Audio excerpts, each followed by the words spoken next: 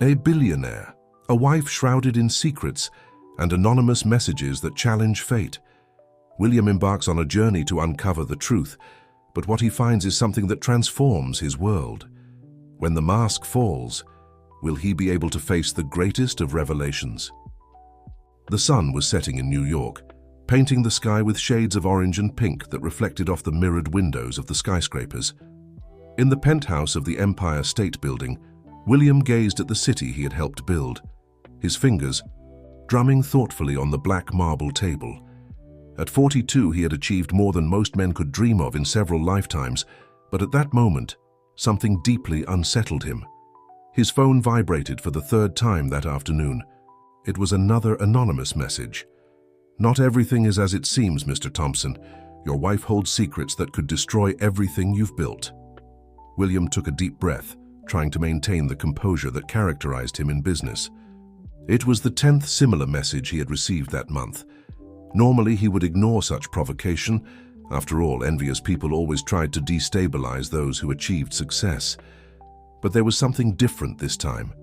The details in the messages, the precise information about Sophia's routine, all indicated that the sender knew his private life very well. He stood up and walked to the panoramic window, watching the movement on the streets below. The city buzzed with its usual energy, oblivious to the dramas unfolding in the higher echelons of power. His thoughts turned to Sophia, who at that moment was busy with yet another of her charitable projects. Sophia. Her name still brought an involuntary smile to his lips, even after 5 years of marriage. She had entered his life like a whirlwind of authenticity, in a desert of falseness and self-interest. The daughter of middle-class Lebanese merchants, Sophia had won his heart not through her beauty, though she was stunning, but through her simplicity and sharp intelligence. The intercom buzzed, interrupting his thoughts.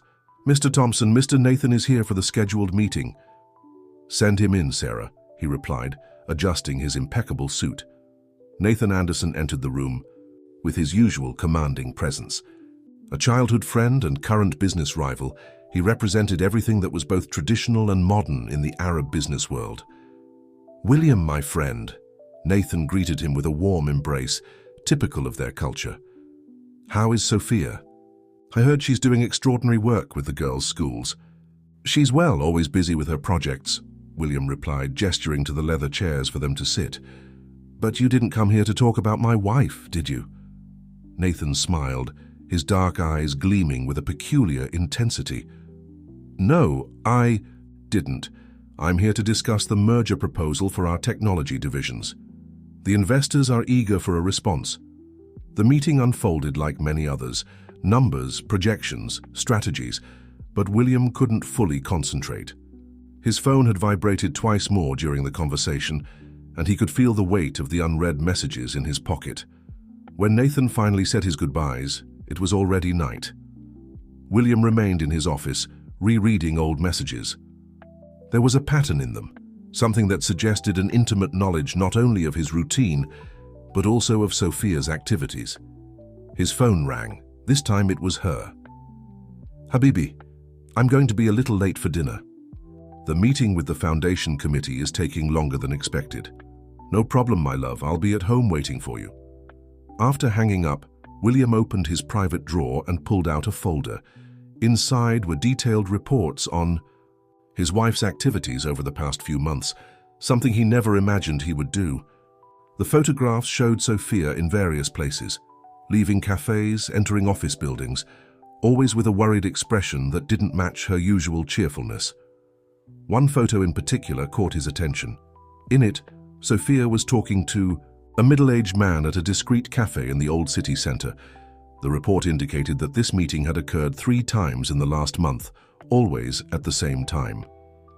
William closed his eyes, feeling the weight of his suspicions.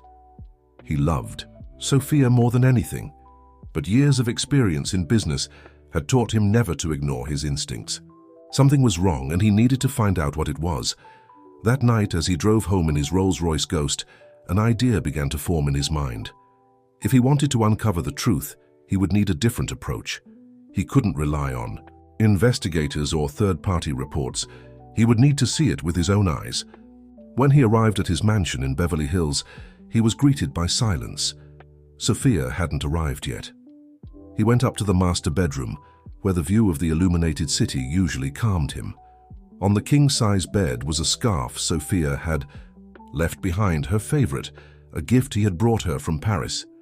He picked up the scarf between his fingers, feeling the delicate silk. That's when he noticed something unusual.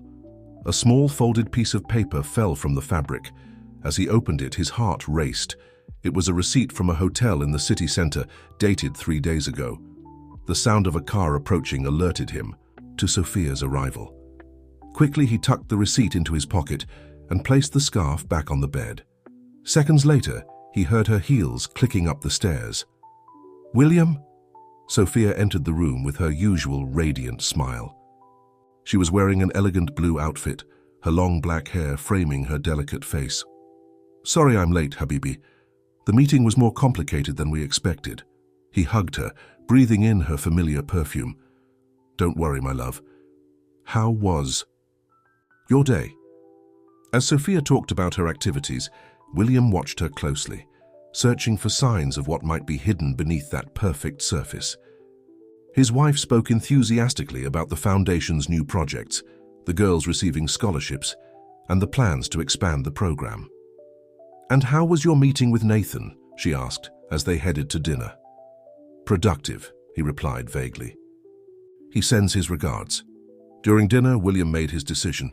If he wanted to uncover the truth about Sophia's secrets, he would need to become someone who could observe her without raising suspicion, someone invisible who could move freely without drawing attention. "I've been thinking," he said casually, "about hiring a new driver for you. Edward needs a vacation, and it would be good to have someone trustworthy to replace him." Sophia looked up from her plate. "But you always said you preferred me to use only drivers we've known for years." "People deserve a chance to prove themselves," he replied, feeling the weight of his own hypocrisy. "I already have someone in mind, actually. A young man named David, the nephew of one of our longest-serving employees. If you trust him, then—" "It's fine with me," Sophia smiled, turning her attention back to the meal. That night, lying next to the sleeping Sophia, William planned his transformation. With the help of Daniel, his most loyal security chief, he would become David, a simple driver who would have unrestricted access to his wife's routine. The plan was risky and morally questionable, he knew that. But as he watched Sophia's serene face in the dark, he convinced himself it was necessary. The messages would keep coming, the doubts would keep growing, and he needed to know the truth, even if it broke his heart. William's transformation into David began the next morning. In a discreet house in the suburbs of New York, far from prying eyes, Daniel personally supervised every detail of the change. The process was meticulous. Every element of William's appearance needed to be altered to make him unrecognizable, even to those who had known him for years. "Sir, are you sure you want to do this?" Daniel asked as he applied the product that slightly darkened William's skin. "We could find other ways to investigate." "No, Daniel. I need to see it with my own eyes." William observed his transformation in the mirror. The man staring back at him no longer resembled the powerful businessman who commanded an empire. His hair, once perfectly trimmed, was now longer and slightly disheveled. The beard, which he had always kept short and well-groomed, had grown, enough to alter the contours of his face. "The driver's uniform is ready," continued Daniel, pulling a simple yet elegant suit from the closet. "And we've prepared all the necessary documents for David. Full backstory, references, everything that could be verified." William put on the uniform, feeling the less refined fabric compared to his usual suits. It was strange how a simple change of clothes could so drastically alter a man's posture. His shoulders naturally slouched a bit, fitting the role he would need to play. "What about the other staff?" he asked, adjusting his tie in the mirror. "Only 3 people know the truth. Me, Joseph from security, and Margaret, the head housekeeper. They've all been loyal for decades and understand the importance of secrecy." Daniel paused before continuing. "To everyone else, including Mrs. Sophia, you'll just be David, the new driver recommended by Edward's family." The rest of the morning was dedicated to practice. William needed to learn to modulate his voice, eliminate his characteristic mannerisms, and adopt a more submissive posture. It was like being in a theater, but with far more serious consequences than just a bad performance. "Remember," instructed Daniel, "David is the son of Pakistani immigrants. He grew up in New York, but in a reality very different from yours. He's educated but not sophisticated, helpful but not servile, and above all, discreet." As they practiced different scenarios, William received constant updates about his business through a secret phone. The merger with Nathan's company was still underway, and several important decisions needed to be made. It was surreal managing a billion-dollar empire while preparing to pose as a driver. At 2 in the afternoon, he received a message from Sophia. "Habibi, I need to go downtown this afternoon. Could you ask the new driver to be ready by 4? William felt his heart race. It was earlier than he had planned, but perhaps it was better this way. "It's time," he said to Daniel, who nodded gravely. At 3:30, David arrived at the Thompson mansion. Margaret, the housekeeper, greeted him with a knowing but discreet look, leading him to the garage where a Mercedes S-Class awaited. The car, though luxurious, was more modest than the vehicles William was used to driving. Promptly at 4 o'clock, Sophia descended the stairs of the mansion. She was wearing an elegant beige-toned outfit, her headscarf perfectly matching the rest of her attire. William felt his heart skip a beat. Even after all this time, she still had that effect on him. "You must be David," she smiled, her voice as gentle as ever. "I hope we can work well together." "It's an honor, Mrs. Thompson," he replied, slightly bowing his head and mentally thanking the hours of practice with Daniel. His voice sounded different, deeper, with a slight accent that masked his usual diction. "Please call me Sophia," she said, getting into the car. "Where to today, ma'am?" he asked, adjusting the rear-view mirror. "To 5th Avenue, please. I have an important meeting." During the drive, William watched Sophia through the mirror. She seemed absorbed in her phone, replying to messages and making occasional calls. One call, in particular, caught his attention. "Yes, I'll be there." "In 20 minutes, she said quietly. "No, don't worry, I'm sure we can resolve this. Yes, I brought the documents." "No, he doesn't know anything." William's heart tightened. That last sentence echoed in his mind as he navigated through New York's traffic. Who was he? What was Sophia hiding? When they arrived at the mall, Sophia stepped out of the car with her usual elegance. "You can wait here, David. I shouldn't be more than 2 hours." "As you wish, ma'am, Sophia," he corrected himself, watching her disappear into the crowd. As soon as she entered the building, William activated the tracker he had installed in her bag, a precaution that made him feel even guiltier. The signal showed she had gone up to the 4th floor, where several law offices and medical practices were located. The minutes dragged on as he waited, torn between his role as a driver and his anxiety as a husband. Through the tracker, he could see that Sophia remained in the same spot, likely in one of the rooms on the 4th floor. After an hour and 45 minutes, she returned. Her face was tense, and her eyes looked slightly red, as if she had been crying. "Home, please, David," she said, her voice betraying a slight tremor. On the way back, Sophia remained silent, gazing out the window with a distant expression. William desperately wanted to ask what had happened, to comfort her, but David couldn't do any of that. So he just drove, his heart breaking as he watched the woman he loved clearly troubled. Back at the mansion, Sophia went straight to her room, leaving instructions not to be disturbed. William, still as David, stayed in the garage organizing his mental notes on everything he had observed. That night, when he finally returned home in his true identity, he found Sophia more composed, but still distant. During dinner, she barely touched her food. "Are you okay, Habibi?" he asked, trying to keep his voice casual. "Yes, just tired," she replied, with a smile that didn't reach her eyes. "How was your day?" "The usual," he lied, feeling the weight of every false word. "Meetings, contracts, you know how it is." Later, lying beside her in bed, William couldn't sleep. The questions multiplied in his mind. What had happened at that meeting? Why was Sophia crying? And most importantly, what secrets was his wife keeping that were causing her so much pain? His phone vibrated silently, another anonymous message. "The truth sometimes hurts more than a lie, doesn't it, Mr. Thompson? Your wife has more secrets than you imagine." William looked at Sophia, who was sleeping restlessly beside him. Tomorrow would be another day as David, another day trying to unravel the mysteries surrounding the woman he loved. But the more he discovered, the more questions arose. And deep in his mind, a persistent voice asked, did he really want to know all the answers? The following days turned into a surreal routine for William.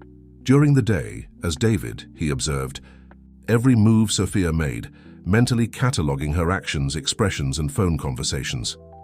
At night, he returned to his role as the loving husband, carrying the weight of his growing discoveries and doubts. One particularly hot morning, Sophia asked to be taken to a cafe in the old neighborhood of Greenwich Village. The place, a modest establishment in a historic building, didn't seem to match the spots she usually frequented. "Can you wait here, David?" she said, adjusting her headscarf before getting out of the car. "It shouldn't take more than an hour." William watched through the rearview mirror as she entered the cafe. Minutes later, a middle-aged man dressed in simple Western clothes entered the same establishment. It was the same man from the photos he had seen in his previous reports. Defying all the privacy rules he had set as an employer, William got out of the car and discreetly approached the cafe window. From his vantage point, he could see Sophia and the man talking at a secluded table. She gestured with evident concern, while the man took notes in a notebook. "We can't go on like this," William managed to hear Sophia say as a group of tourists passed by, momentarily opening the cafe door. "Time is running out." The rest of the conversation was lost in the buzz of the place, but William noticed when his wife handed an envelope to the man, who quickly tucked it into his briefcase. Back in the car, William struggled to maintain his professional composure. As David, his mind raced with possibilities, each more unsettling than the last. Was the envelope money? Documents? What kind of situation could lead Sophia to secret meetings like this? On the way home, his personal phone, not David's, received a message from Nathan. "We need to talk urgently. Delicate matter. Dinner tonight?" William replied affirmatively, his curiosity piqued by the timing's coincidence. That same afternoon, after dropping Sophia off at home, he prepared for his meeting with Nathan. The chosen restaurant was the Russian tea room at the Plaza Hotel, where client privacy was ensured by luxurious booths overlooking a massive aquarium.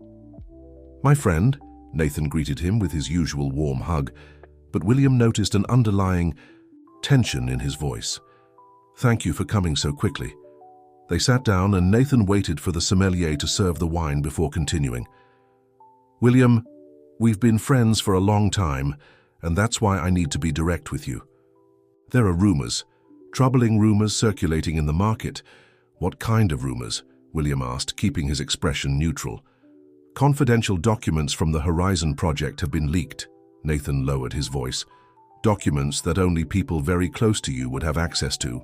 The Horizon project was the largest joint venture between William and Nathan's companies, a technology and innovation complex that promised to revolutionize the business landscape of the Middle East. "And you think someone in my inner circle is behind this?" "I'm not accusing anyone," Nathan raised his hands in a conciliatory gesture, "but the evidence points to someone who has access not only to the documents but also to your personal life." The thought forming in William's mind was too disturbing to put into words. Sophia had access to his home office, where many important documents were kept. She knew his passwords, his routines. "There's more," Nathan continued, interrupting his thoughts. "I've received information that large sums of money have been transferred to overseas accounts. Accounts that, apparently, are connected to people close to you."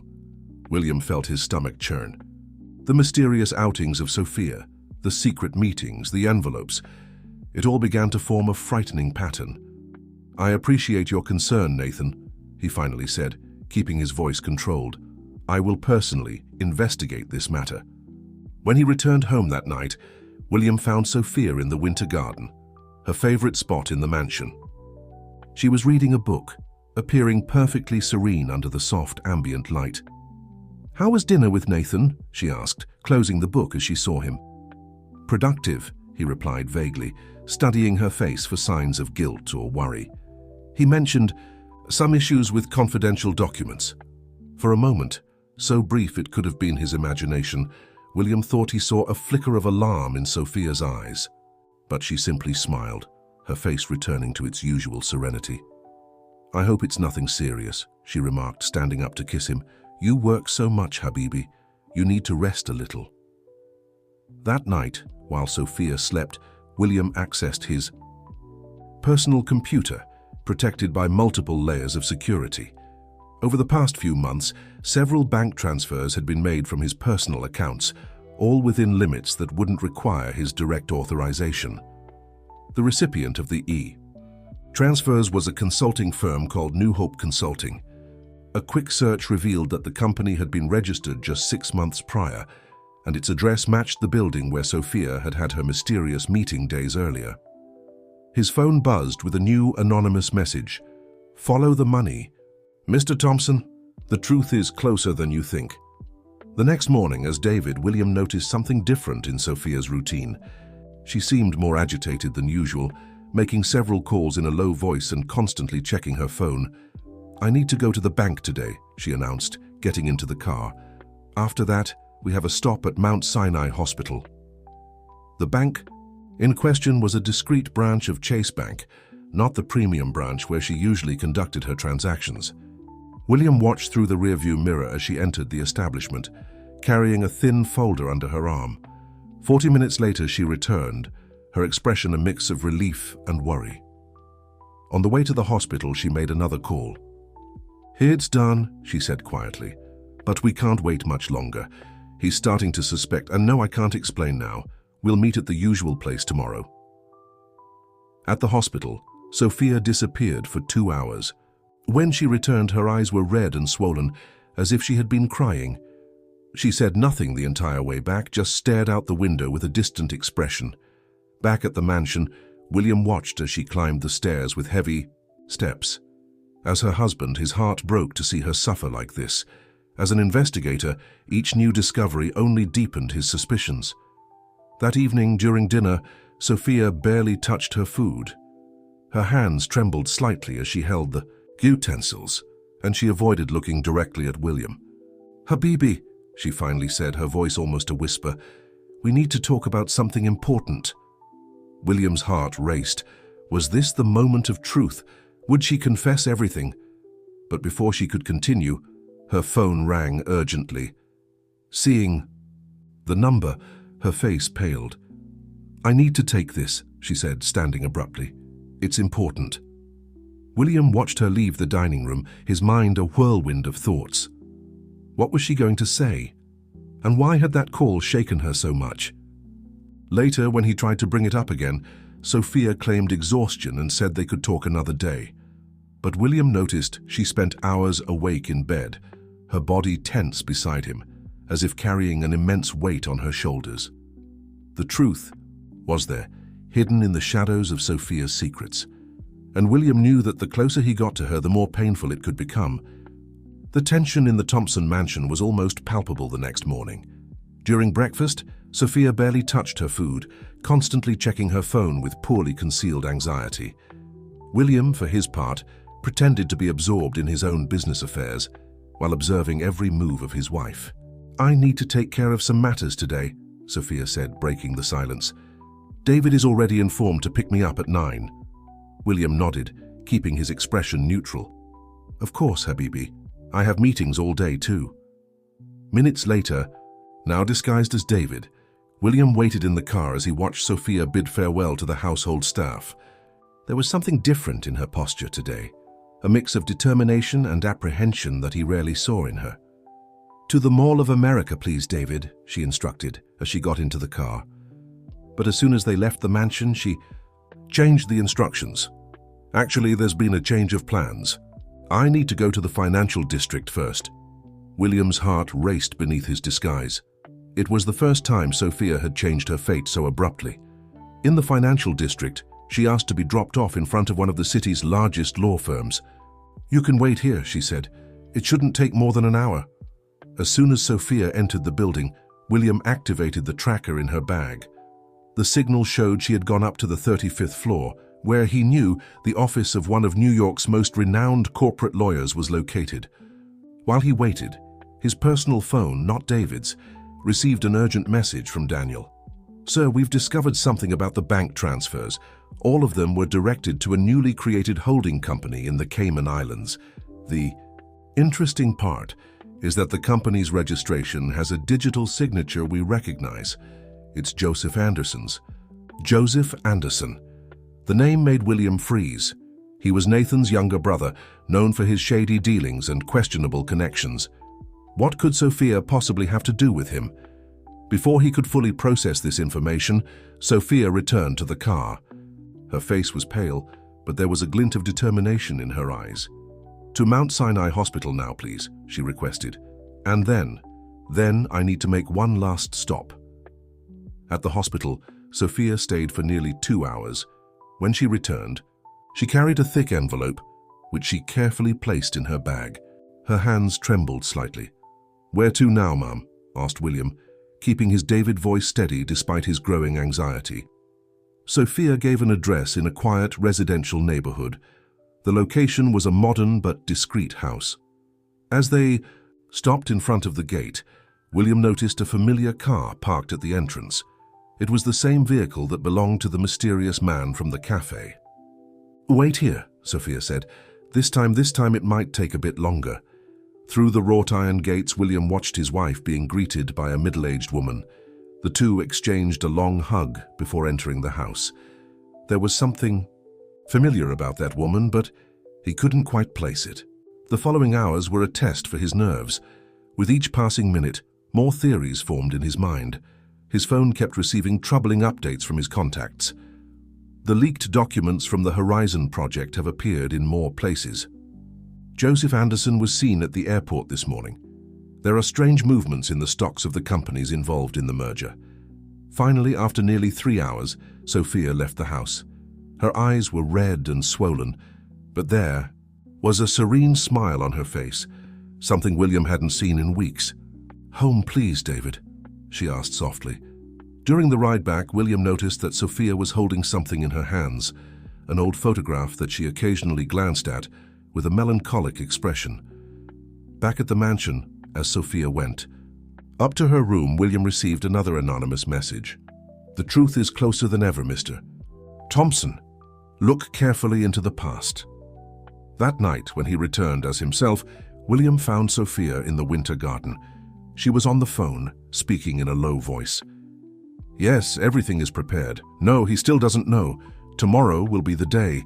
Yes, I have all the documents." Noticing his presence, she quickly hung up. "Habibi," she smiled, but there was a shadow of worry in her eyes. "Can we have dinner earlier today? There's something we need to discuss." During dinner, the tension was palpable. Sophia barely touched her food, nervously playing with her wedding ring, a habit she had when she was especially anxious. "William," she finally began, her voice trembling slightly. "There's something I've been trying to tell you." But before she could continue, William's phone rang. It was Nathan. "We need to meet now." His friend's voice sounded urgent. "It's about the Horizon project and about your wife." William looked at Sophia, who was watching him with an unreadable expression. "I have to go," he said, standing up. "It's a business emergency." "William," Sophia called out as he was at the door. "No matter what happens, know that everything I did was out of love." Those words haunted him the entire way to Nathan's office. What did she mean by that? And why did his heart feel so heavy, as if he were about to discover something that would change his life forever? In the elevator of Nathan's building, William received one last anonymous message of the day. "Sometimes the biggest secrets are kept by those we love the most. Prepare yourself, Mr. Thompson. The truth is about to come to light." The elevator doors opened, and William walked toward Nathan's office, each step echoing like a harbinger of what was to come. He knew that after tonight, nothing would be the same. The truth, the one he had sought for so long, was finally within his grasp. But was he truly ready to face it? Nathan's office was plunged into an unsettling gloom when William entered. Only the city lights, streaming through the panoramic windows, illuminated the space. His longtime friend stood there, gazing at the nighttime skyline of New York, an untouched glass of whiskey in his hands. "You took your time," Nathan said without turning. "I imagine Sophia tried to talk to you today." William felt a shiver run down his spine. "How do you know that?" Nathan finally turned, his face a mask of concern and something more, guilt. "Because she came to me this morning. She wanted my help to tell you the truth." "What truth, Nathan?" William's voice came out steadier than he expected, considering the whirlwind of emotions consuming him. "Before I show you this," Nathan picked up a folder from his desk, "I need you to understand something. Sometimes the people we love make difficult choices for reasons we don't immediately understand." He handed the folder to William, who opened it with slightly trembling hands. Inside was a series of documents, photographs, and reports. The first photo showed something that made his heart stop. It was Sophia, younger, standing beside the woman he had seen earlier in that mysterious house. But there was a third person in the photo, one he knew very well. "That's..." His voice faltered. "Yes," Nathan confirmed softly. "Your mother." The revelation hit William like a physical blow. His mother, Elizabeth Thompson, had left when he was very young, leaving only hazy memories and unanswered questions. His father never spoke of her, and over time, William had learned not to ask. "Keep looking," Nathan instructed. The following documents were medical records, dated 20 years ago. Experimental treatments, attempts at a cure, various medications. The name at the top of the documents, Elizabeth Thompson. "Your mother didn't abandon your family, William," Nathan's voice was gentle. "She was taken away by your father when he discovered she had a rare genetic condition. Your father, fearing it might affect the family business, hid her in a private clinic and spread the story that she had left." William sank heavily into one of the armchairs. His hands trembled as he continued to examine the documents. There were more photographs. His mother at different stages of the illness, always with the same woman by her side, the woman from the house. "Who is she?" he asked, pointing to the stranger. "Margaret Anderson, my aunt and your mother's best friend." Nathan paused. "And the person who has been taking care of Elizabeth all these years." The pieces were starting to come together. Sophia's mysterious visits, the money transfers, the secret meetings. But there was still so much to explain. How did Sophia get involved in all of this? Nathan pulled another document from the folder. It was a letter, handwritten, dated 3 years ago. "Sophia discovered the truth by accident. She was doing volunteer work at the hospital, where your mother occasionally received treatment. They developed a friendship, without Sophia initially knowing who Elizabeth really was." William read the letter. It was from his mother to Sophia, revealing the whole truth and pleading for help, not for herself but for other families facing similar situations. "The Horizon Project," Nathan continued, "isn't just a tech complex.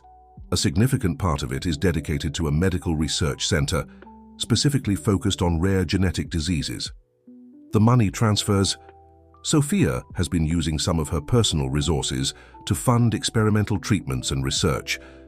The man she was meeting?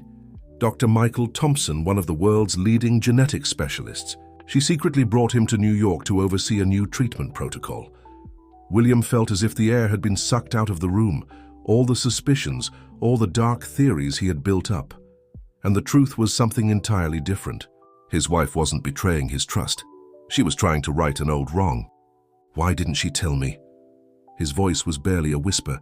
Nathan placed a hand on his shoulder. "She found out about your mother, even before you got married. When she realized who you were, she wanted to tell you immediately. But Elizabeth begged her not to. She feared the truth might devastate you, destroy the image you had of your father." "My father." William felt a wave of anger rise in his chest. He knew she was alive all this time. "Yes. And when he found out that Sophia had discovered Elizabeth, he started to pressure her. The anonymous messages you received, they weren't to expose Sophia, they were to force her to stay away from Elizabeth." More documents emerged from the folder, threatening emails, records from private investigators, evidence of an elaborate intimidation campaign. "Your father found out about the research center in the Horizon Project. He tried to use his influence to stop its construction, fearing the truth about Elizabeth might come to light. That's why the documents started leaking, not to harm you, but to ensure the project continued. William stood up abruptly, walking to the window. The city sparkled below, oblivious to the drama unfolding so many floors above. His mind was in turmoil, processing each new piece of information, reinterpreting every moment of the past few months in a new light. Today, Nathan continued, Sophia went to say goodbye to Elizabeth. The new treatment begins tomorrow, and she'll be transferred to a specialized clinic in Switzerland. Sophia planned to tell you everything tonight before her mother left. And I left her alone. William felt the weight of guilt crushing him. All this time I doubted her, followed her, questioned her love, while she carried this burden alone. You can still fix this, Nathan said softly. She's waiting for you. William looked at his reflection in the window. No longer the powerful businessman, no longer the suspicious husband, no longer the son who believed he had been abandoned. Who was he now in the face of all these truths? His phone vibrated. One last time. The truth isn't always what it seems, Mr. Thompson. Sometimes it's far more beautiful and painful than we could ever imagine. With trembling hands, William gathered the documents. There was so much to process, so much to feel, so much to say. But first, he needed to go home. Return to Sophia. Nathan, he stopped at the door. Thank you. Don't thank me, his friend replied. Thank your wife. She never stopped believing that you deserved to know the truth, even if it cost her everything. William left the office with heavy steps, every moment of the past few months replaying in his mind under a new light. Sophia's tears, her mysterious outings, her secret phone calls, everything had a different meaning now. The weight of the truth was overwhelming, but also liberating. Now he knew, and it was time to do the right thing. The drive back home was the longest of William's life. On his lap, the folder with the documents felt as heavy as lead. Every red light seemed like an eternity, every turn a torture. His mind obsessively replayed every moment of the past few months, now under a completely different light. Sophia's tears at the hospital weren't from guilt, but from compassion. Her secret calls weren't to a lover, but to doctors and researchers. Her nervousness wasn't from betraying her husband, but from carrying such a heavy secret for so long. When he finally arrived at the mansion, he found all the lights on the lower floor turned off, except for the one in the winter garden, Sophia's favorite refuge. Through the glass doors, he could see her silhouette sitting in her favorite armchair, looking at something in her hands. Sophia, he called softly, stepping into the room. She looked up, and William could see she had been crying. In her hands, she held a photograph, the same one he had seen earlier, when she returned from the mysterious house. Now finally he could see it clearly. It was a picture of his mother, smiling next to a younger Sophia. "You already know," she said, not as a question but as a statement. Her voice was hoarse, as if she had spent hours crying. "Nathan told me everything," William replied, sitting in the armchair beside her. "Why didn't you tell me earlier? Habibi." Sophia took a deep breath, her hands trembling slightly as she held the photograph. "How could I? At first, when I met your mother at the hospital, I didn't even know who she was. We became friends naturally. She was so kind, so strong despite everything she had been through." She paused, composing herself. "When she finally told me the truth, who she was, I was already in love with you. It was as if fate had planned it all, but she made me promise. She made me swear I wouldn't tell. She didn't want you to know how your father had treated her. She didn't want you to carry that burden." "So you carried it alone," said William, his voice choked with emotion. "I wasn't alone," Sophia smiled sadly. "Your mother, Elizabeth, she became like a mother to me too. Every moment I spent with her, every conversation we had, made me love you even more because I could see so much of her in you. The same strength, the same determination, the same heart." William took her hands in his, noticing how cold they were. "Forgive me," he whispered. "All this time I suspected you, followed you, doubted you." "You were David," she finished softly, surprising him. "I always knew." "How?" A small smile played on her lips, even through the tears. "Habibi, I know you better than you think. The way you hold the steering wheel, how you adjust the rearview mirror. Little details that no disguise in the world could hide. Besides, there was your cologne. You might have changed everything else, but you kept the same cologne. Why didn't you say anything? Because I understood your fear. I would have suspected too in your place. All those mysterious outings, the secret calls. I wanted to tell you everything, every day. But there was so much at stake. Your mother's treatment, the research center, other families who depended on our discretion. William felt his heart tighten. The Horizon Project. It will be the largest research center for rare genetic diseases in the Middle East, Sophia continued. Your mother. She never asked for anything for herself, but she begged us to help other families. The money I transferred, the documents that were leaked, it was all to ensure the project continued, despite your father's attempts to stop. Does my father? William felt a wave of anger rise in his chest. How could he? He was afraid, Sophia said gently. Afraid of the scandal. Afraid of what people would say if they found out that the wife of the great Edward Thompson had a genetic disease. It was a different time, Habibi. I'm not defending what he did, but maybe fear and pride blinded him. William stood up abruptly, walking to the window. The New York night sparkled outside, but he barely noticed. Where is she now?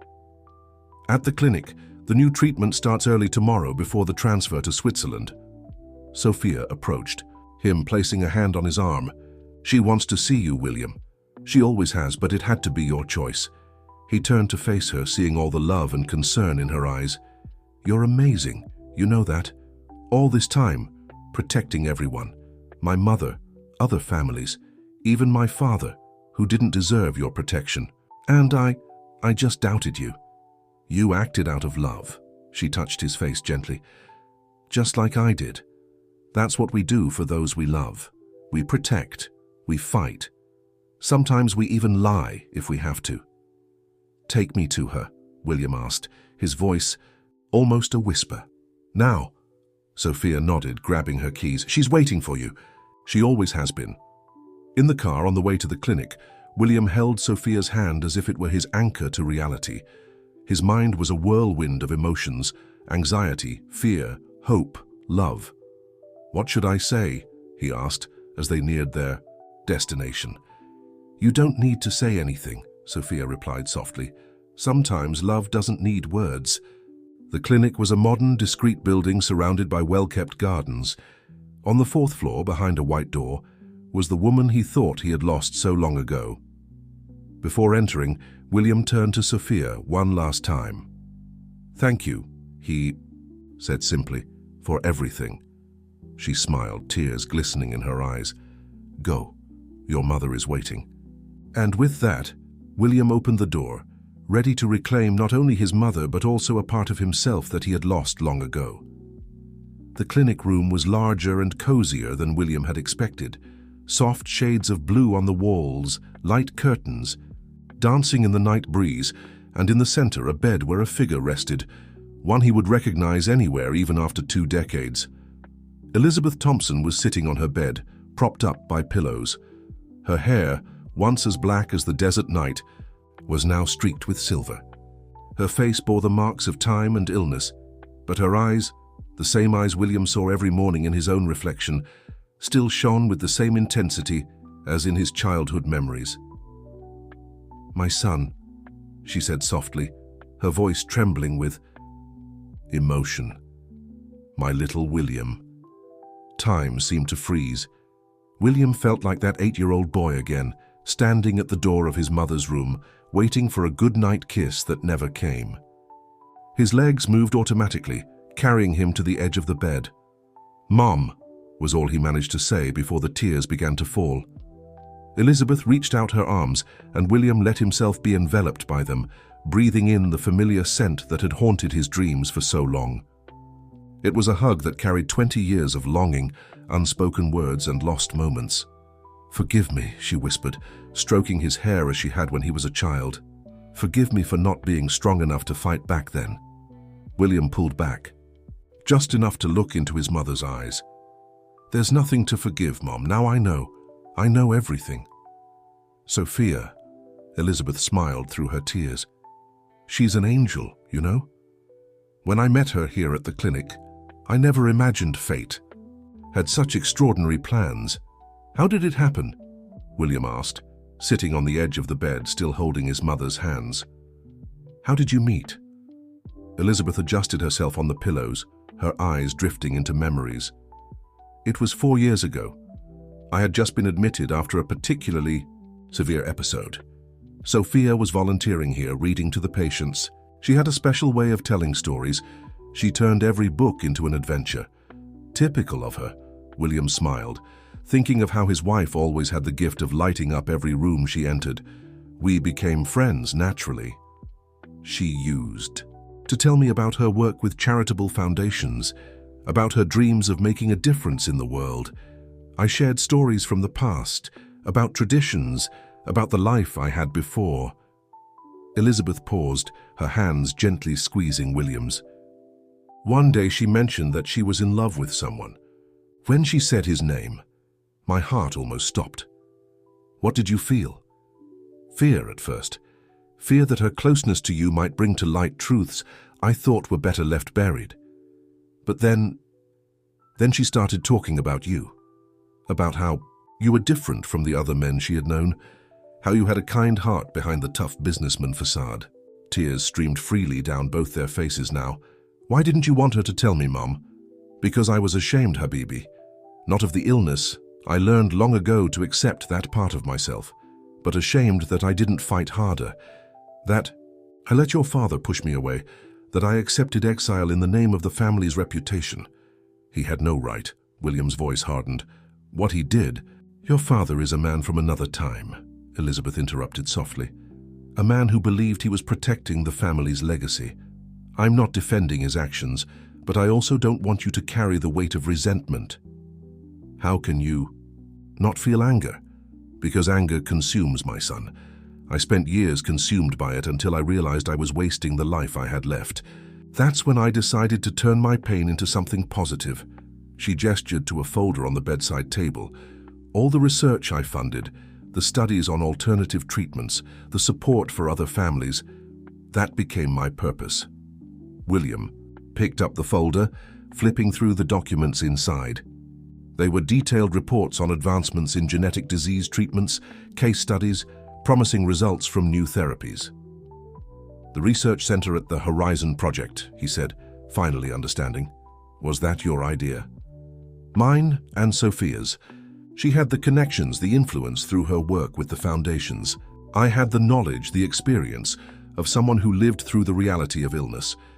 Together we imagined a place where no other family would have to go through what we went through. And for that, you needed the project documents. Forgive us for the manipulation, Habibi, but your father was using his influence to block the approval of the medical center. The leaks were our only way to ensure the project moved forward. William shook his head, amazed by the complexity of the plan his wife and mother had orchestrated. And Nathan? How did he get involved in all this? Nathan always knew the truth. His Aunt Margaret, who took care of me all these years, is his mother's sister. He helped us protect the project, even if it meant appearing to be against you in her business. A soft knock on the door interrupted the conversation. Sophia entered quietly, her red eyes indicating she had also been crying. The doctors need to run some tests before the transfer, she said softly. William stood up, reluctant to leave his mother. Transfer? To Switzerland, explained Elizabeth. There's a specialized clinic there with a new treatment protocol. Sophia arranged everything. For how long? 6 months initially, replied Sophia, approaching the bed. But you can visit her whenever you want. In fact, she exchanged a knowing glance with Elizabeth. I've already booked tickets for us to go together next weekend. William pulled Sophia into a tight hug, feeling all the love and gratitude he had for her overflow. You're amazing, you know that. She is, agreed Elizabeth, smiling at the two of them. Now go, my loves. I need to prepare for the tests, and you two have a lot to talk about. William leaned down to kiss his mother's forehead. I'll come back tomorrow before you leave. I'll be waiting, she replied, holding his face in her hands for a moment. My son, how you've grown, how you've become a wonderful man. In the clinic hallway, William held Sophia's hand, feeling both exhausted and more alive than ever. "What happens now?" he asked. Sophia smiled, that smile that always lit up his world. "Now, my love, we begin a new chapter together." The next morning dawned with a different clarity in New York. William watched the sunrise from his balcony, an untouched cup of coffee in his hands. The night had been long. He and Sophia had talked for hours after returning from the clinic, laying all their cards on the table, sharing every detail that still needed to be said. Already awake, Sophia appeared by his side, wrapped in her favorite silk robe. Her eyes still showed traces of the previous night's tears, but there was a serenity on her face that William hadn't seen in weeks. "Actually, I didn't sleep," he admitted, pulling her close. "I kept thinking about everything, about how blind I was for so long." Sophia rested her head on his shoulder, gazing at the horizon where New York's skyscrapers began to glisten under the rising sun. "You weren't blind, Habibi. You just protected your heart the way you knew how." A soft notification sound interrupted the moment. It was William's phone, now free from the anonymous messages that had haunted him for so long. On the screen, a message from Nathan. "Your father is on his way to the mansion. He found out about the reunion with Elizabeth." William felt Sophia tense beside him as she read the message. "Are you ready for this?" she asked softly. "I have." "So to be," he replied, straightening his shoulders. "It's time to put an end to all of this." They didn't have to wait long. Less than an hour later, Edward Thompson arrived at the mansion with his usual commanding presence. At 70, he still carried the authoritative posture that had made him a legend in Middle Eastern business. But today, for the first time, William saw something different in his father's eyes: fear. "So it's true," Edward said without preamble, entering the office where William and Sophia awaited him. "You found her?" "No, father," William replied, his voice calm but firm. "Sophia found her, and thanks to her I discovered the truth you've hidden for 20 years. Edward moved to the window, his back stiff as if carrying an invisible weight. "I don't understand, son. Back then..." "Back then what?" interrupted William, years of suppressed resentment finally surfacing. What justification could there be for keeping a mother from her son? For lying, manipulating, destroying a family? The family's reputation was at stake. Edward turned, his voice thundering. "If people found out, if our partners discovered your mother's illness..." "So you chose the empire over humanity," William said softly. "You chose appearances over love." Sophia, who had remained silent until then, stepped forward. "With all due respect, father," she had never stopped calling him that, even in the tensest moments, "you were wrong, not just about Elizabeth, but about everything. The world has changed. People have changed." Edward sank heavily into an armchair, suddenly looking much older. "And now? Have you come to tell me you're going to expose everything? Destroy everything I've built?" "No," replied William, exchanging a glance with Sophia. "We've come to offer you a chance at redemption." He picked up a folder from his desk, the same one containing the documents about the Horizon Project's research center. The largest genetic disease research center in the Middle East will be built as part of our complex. It will be a place of hope, healing, and second chances. And we want you to be a part of it. Edward took the documents with slightly trembling hands, his eyes scanning the pages. "How?" "By doing the right thing, for the first time in 20 years, Sophia said gently. "Elizabeth is leaving for Switzerland today, for a new treatment. She doesn't want your forgiveness or your apologies, but maybe it's time to use your power and influence to help other families, instead of hiding the truth." The silence that followed was heavy, laden with 2 decades of secrets and regrets. Edward continued to look at the documents, his hands now visibly trembling. "Your mother," he finally spoke, his voice almost a whisper. "How is she?" "Strong," replied William. "Stronger than you ever imagined. All these years, while you were building walls to protect your reputation, she was building bridges to help others. The treatment in Switzerland," continued Sophia, "is just the beginning. The research center will continue its work, developing new therapies, offering hope to families facing the same challenge." Edward raised his eyes, and for the first time in many years, William saw tears in them. I've made many mistakes. Yes, you have, agreed William. But there's still time to make a difference, to use your power in a way that truly matters. How? First, by stopping your attempts to block the medical center project, said Sophia. Then by using your connections, your influence, to ensure that other families don't have to go through what yours did. Edward slowly stood up, walking to the window again. The sun was already high in the New York sky, illuminating the city he had helped build. You're better than me, he finally said, both of you. It's not about being better or worse, replied William, stepping closer to his father. It's about choosing love over fear, choosing truth over appearances. Is your mother leaving today? At 2 in the afternoon, confirmed Sophia. The flight to Geneva is already scheduled. Edward turned, his eyes meeting his son's. Can I see her before she leaves? William exchanged a glance with Sophia, who nodded softly. It's not up to us, he replied. It's up to her, but if she agrees, yes, you can try to mend what was broken so long ago. And you, son? Edward's voice was heavy with emotion. Can you ever forgive me? William felt Sophia's hand find his, offering silent support. Forgiveness is a journey, Father. It doesn't happen overnight, but maybe we can start by building something new, something based on truth, not appearances.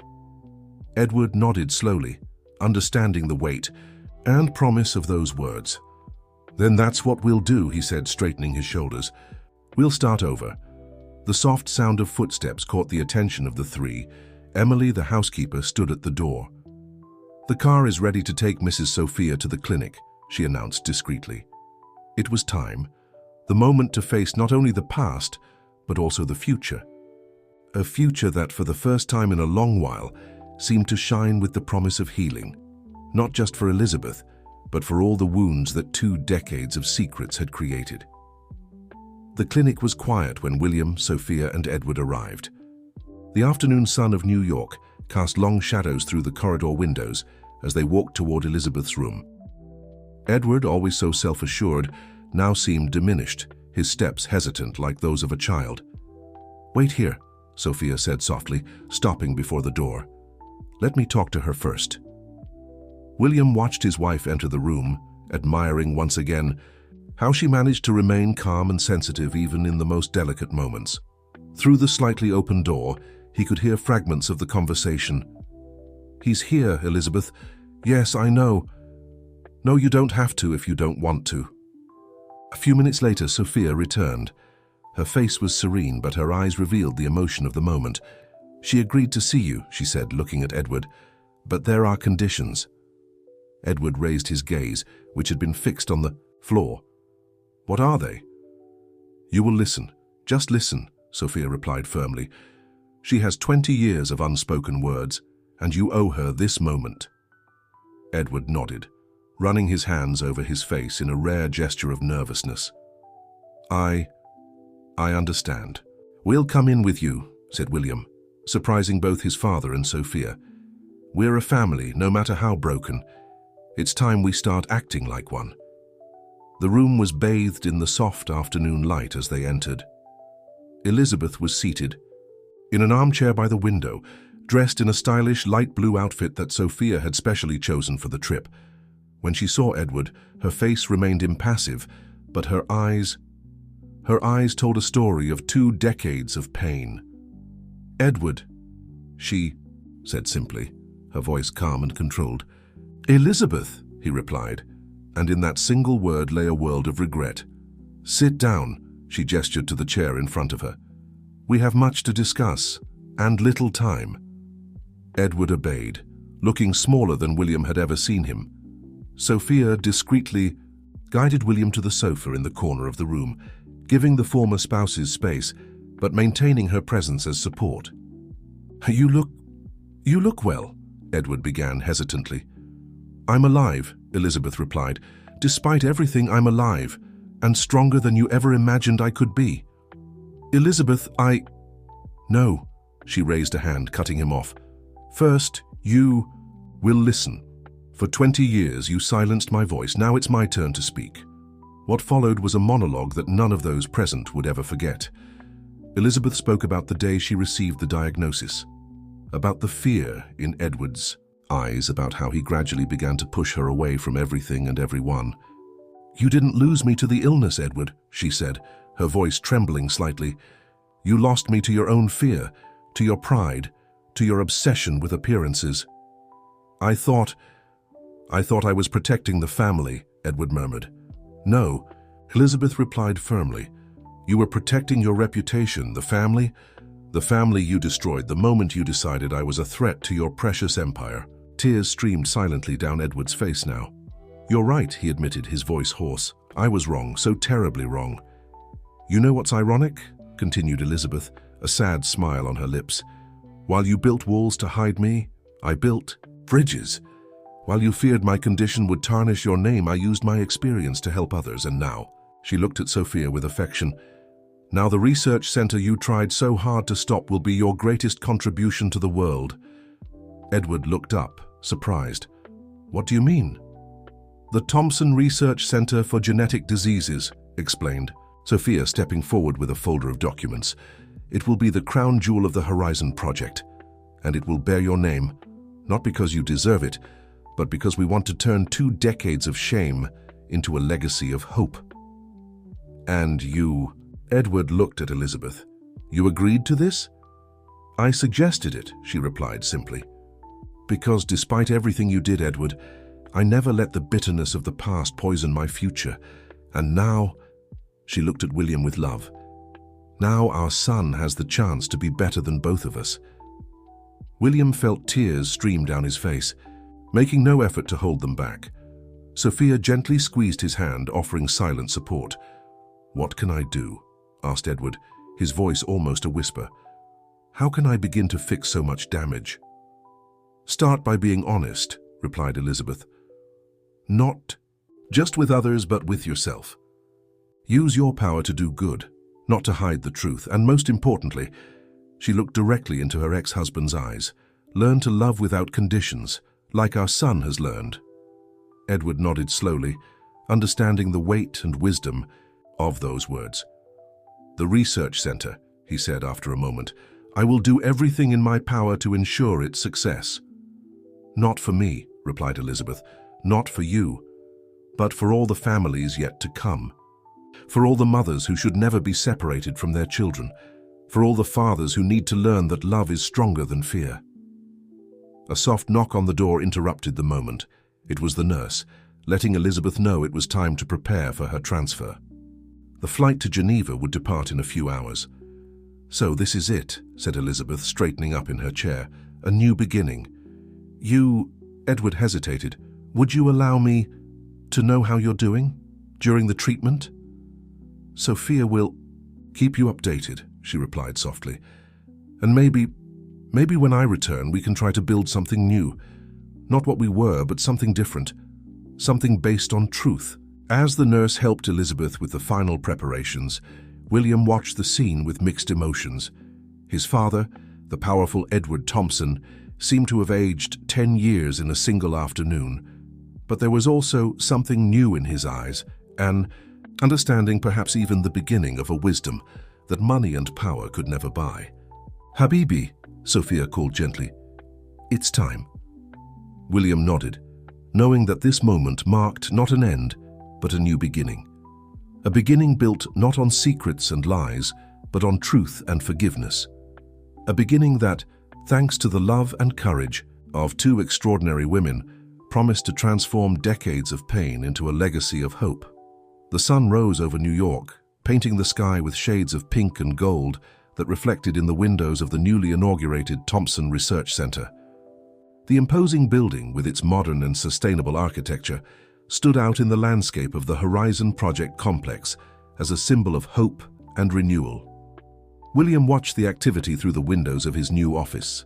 Doctors, researchers, and patients came and went from the building, each carrying their own stories of struggle and hope.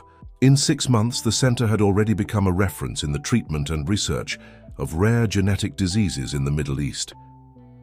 Thinking about the ceremony later? Sophia entered the room, as elegant as ever in her peach-colored suit. Thinking. About how you managed to turn a project born from so much suffering into something so extraordinary, he replied, pulling her close. We managed, she corrected gently. All of us. It was true. Over the past 6 months, each member of the family had contributed in their own way. Edward, surprising everyone, threw himself headfirst into the project, using his contacts and influence to secure funding and international support. Nathan coordinated the technological side, ensuring the center had access to the most advanced equipment available. Has Mama's flight landed yet? Asked William, checking his watch. Yes, Emily just let me know they're on their way, replied Sophia. The treatment in Switzerland was a complete success. The doctors are optimistic. Elizabeth's treatment had proven to be a success beyond expectations. Although her condition was chronic, the new protocols developed at the Swiss clinic had provided her with a quality of life she hadn't experienced in years. And to think it all started with her volunteer visits to that clinic, reflected William, admiring how fate had woven its paths. God works in mysterious ways, smiled Sophia. Sometimes what seems like our greatest trial ends up being our greatest blessing. A soft knock on the door interrupted the conversation. It was Daniel, still as loyal as ever. Sorry to interrupt, but Dr. Thompson would like to show you something before the ceremony. Michael Thompson, the geneticist Sophia had secretly brought to New York months ago, now led the research team at the center. In the main lab, he awaited them with an excited smile. We've just received the results of the latest tests, he announced, displaying a series of graphs on his screen. The new protocol we developed, based on Mrs. Elizabeth's treatment, is showing promising results in other patients. Sophia squeezed William's hand, her eyes glistening with held-back tears. It was exactly what they had dreamed of, turning Elizabeth's personal experience into hope for others. Dr. Thompson, called a young researcher from the door, Mrs. Elizabeth has just arrived. The reunion in the center's lobby was emotional. Elizabeth was radiant, her posture stronger and more confident than ever. Margaret, who remained by her side like a faithful shadow, smiled proudly. My family. Elizabeth opened her arms, embracing William and Sophia. How magnificent this place is. Even more beautiful now that you're here, Mama, replied William, kissing his mother's forehead. Has Edward arrived yet? Asked Elizabeth, and William noticed how she could now say her father's name without the old shadow of pain in her voice. He's finishing up reviewing his speech, replied Sophia. He's nervous, even if he won't admit it. The past 6 months had transformed Edward Thompson. The man who once hid his sick wife out of fear of scandal now spoke openly about the importance of medical research and supporting families affected by genetic diseases. As the time for the ceremony approached, the lobby of the center began to fill. Families, doctors, researchers, journalists all gathered to witness not just the official opening of a research center, but the celebration of a journey of healing and reconciliation. Edward appeared a few minutes before the ceremony began, impeccable in his traditional suit. His eyes met Elizabeth's, and a silent communication passed between them, no longer the weight of guilt and resentment, but a mature understanding of two people who had learned valuable lessons from their mistakes. Hey, it's time, announced Nathan, approaching the group. Everyone is waiting in the auditorium.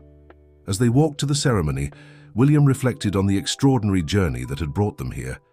6 months ago, he was a man consumed by suspicion, following his own wife disguised as a driver. Today, he was about to inaugurate a center that would transform the lives of countless families. On stage, standing side by side with his family, William looked out at the packed audience. Edward stepped up to the microphone, his prepared speech forgotten in his pocket. Today, we are not just opening a building, he began, his voice heavy with emotion. We are opening a dream born out of pain, grown through love and realized through forgiveness. Sophia intertwined her fingers with William's, while Elizabeth on the other side held her son's hand. In that moment, William understood that some truths can only be discovered when we are willing to look beyond appearances, beyond fears, beyond prejudices. After the ceremony, as evening began to fall, the family gathered in the center's rooftop garden. a serene space designed especially for patients and their families. The sun set over New York, painting the sky with the same colors William had seen on that fateful morning when he decided to follow Sophia. "You know," said Elizabeth, gazing at the city as it slowly lit up, "sometimes I think God puts us through trials, not to punish us, but to teach us." "And what have we learned, Mama?" William asked softly. "That true love does not hide, it reveals. It does not imprison, it liberates. It does not judge, it understands." She smiled, looking affectionately at Sophia. "Your wife taught me that, you know. In all those afternoons at the clinic, when she didn't know who I was, her pure and true love showed me that there was still hope." Sophia wiped away a discreet tear. "It was you who taught me about strength, Elizabeth, about dignity, even in the face of the greatest adversities." Edward, who had been silent, finally spoke. "And the two of you taught me the most important lesson of all, that no empire is worth the price of a broken heart." The soft sound of the call to prayer for E. The evening prayer echoed through the city. William closed his eyes, feeling a deep gratitude fill his heart. His father was right. No empire was worth the price of a broken heart. But sometimes it takes a broken heart to build something far greater than an empire. "And now?" he asked, looking at his gathered family. "Now," replied Sophia, her smile lighting up the approaching night. "Now we continue writing our story, no longer with secrets and distrust, but with love and truth." And so, under the starry sky of New York, the Thompson family discovered that sometimes you have to get completely lost to find your way back home. That sometimes the greatest truths are not hidden in secret documents or mysterious encounters, but in the hearts of those we love. The Thompson Research Center would continue to stand as a living testament to this truth, a place where stories of pain transform into narratives of hope, where secrets give way to healing, and where love proves day after day to be the most powerful force of transformation. Dear listeners, we hope the story of William and Sophia has touched your hearts as much as it has touched ours. For more moving stories that explore family bonds, the power of forgiveness, and the strength of true love, be sure to subscribe to our channel and turn on the notification bell. Share your own stories of overcoming in the comments. We'd love to know which city you're tuning in from and how this narrative resonated with your own experiences. Leave your like and tell us which moment moved you the most in this journey of discovery and reconciliation.